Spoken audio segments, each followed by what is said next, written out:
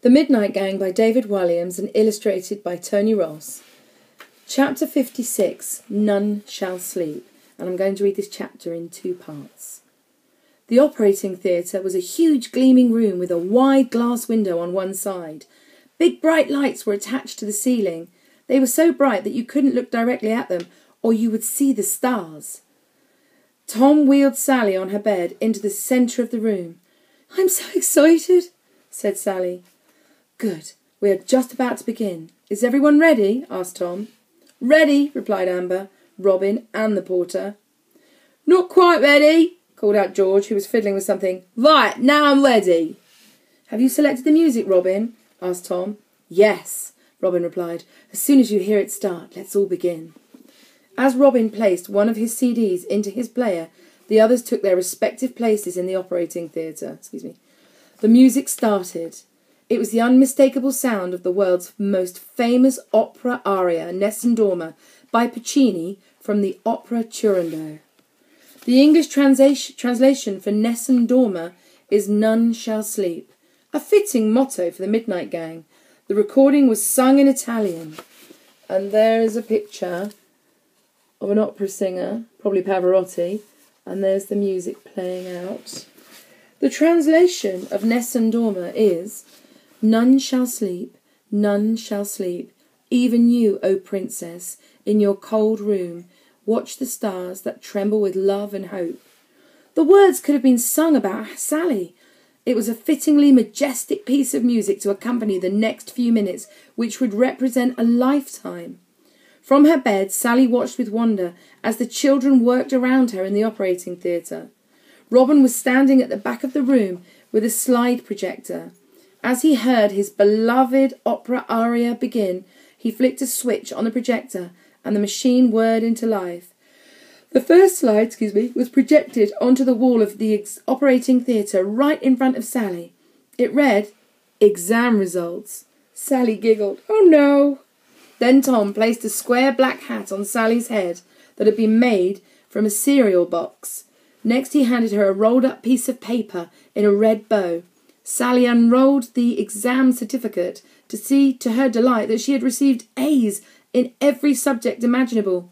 "Yes," she said, "I always knew I was a genius. It's just that no one else knows it yet." And there's a picture of Robin, and there's a picture of Sally with her mortarboard on her head and her certificates. And it says, "Exam results." Isn't that a great picture? Then Robin pressed the button for the next slide. First car. The porter gave Tom a dinner plate to pass to Sally. It had been drawn on with a black felt-tip pen to make it look like a steering wheel. The words Aston Martin, the famous luxury car manufacturer, had been written on it. Then the pair started spinning Sally's bed around as the girl pretended to drive. To add to the sense of speed, George ran in the opposite direction past Sally's bed, holding small fake plastic Christmas trees. And there's a picture of Sally holding her steering wheel and George and Tom spinning her around as she drives her Aston Martin. Great stuff.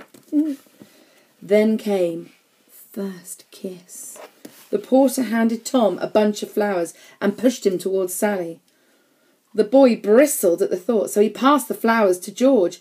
George obviously wasn't a fan of kissing either, as he passed the flowers on to Amber. Amber took charge and ordered Tom to wheel her towards Sally. Then she handed her friends the flowers and gave her a peck on the cheek. As this chapter of Sally's life ended, another began. And there's a picture of Sally bending down and Amber giving her friend a peck on the cheek as Tom and George decide not to kiss Sally, so she gives her a friendly peck on the cheek for the first kiss. A holiday in the sun. The porter produced 2 dining trays that George and Tom strapped to Sally's feet with string. Then the porter handed the girl a piece of rope with a handle at the end. At first, Sally looked completely mystified about what was happening. The other end of the rope was attached to Amber's wheelchair. Then the porter pushed the wheelchair forward, which pushed Sally upright onto the trays. She was water skiing. Sally laughed at the cleverness of it all. And there's a picture of Amber in her wheelchair and Sally being pulled along with trays under her feet and she's water skiing. for her first holiday. Next was wedding day. As Sally sat back down on her bed, Tom placed a bridal veil on her head. The veil had been made out of boxes and boxes of white tissues. George handed Sally back the bunch of flowers, and instantly the girl looked like a bride on her wedding day. And there's a picture of Sally on her wedding day, with all her friends around her, with flowers and a tissue paper veil. And I'm going to stop reading the chapter there, and you'll get the next one later.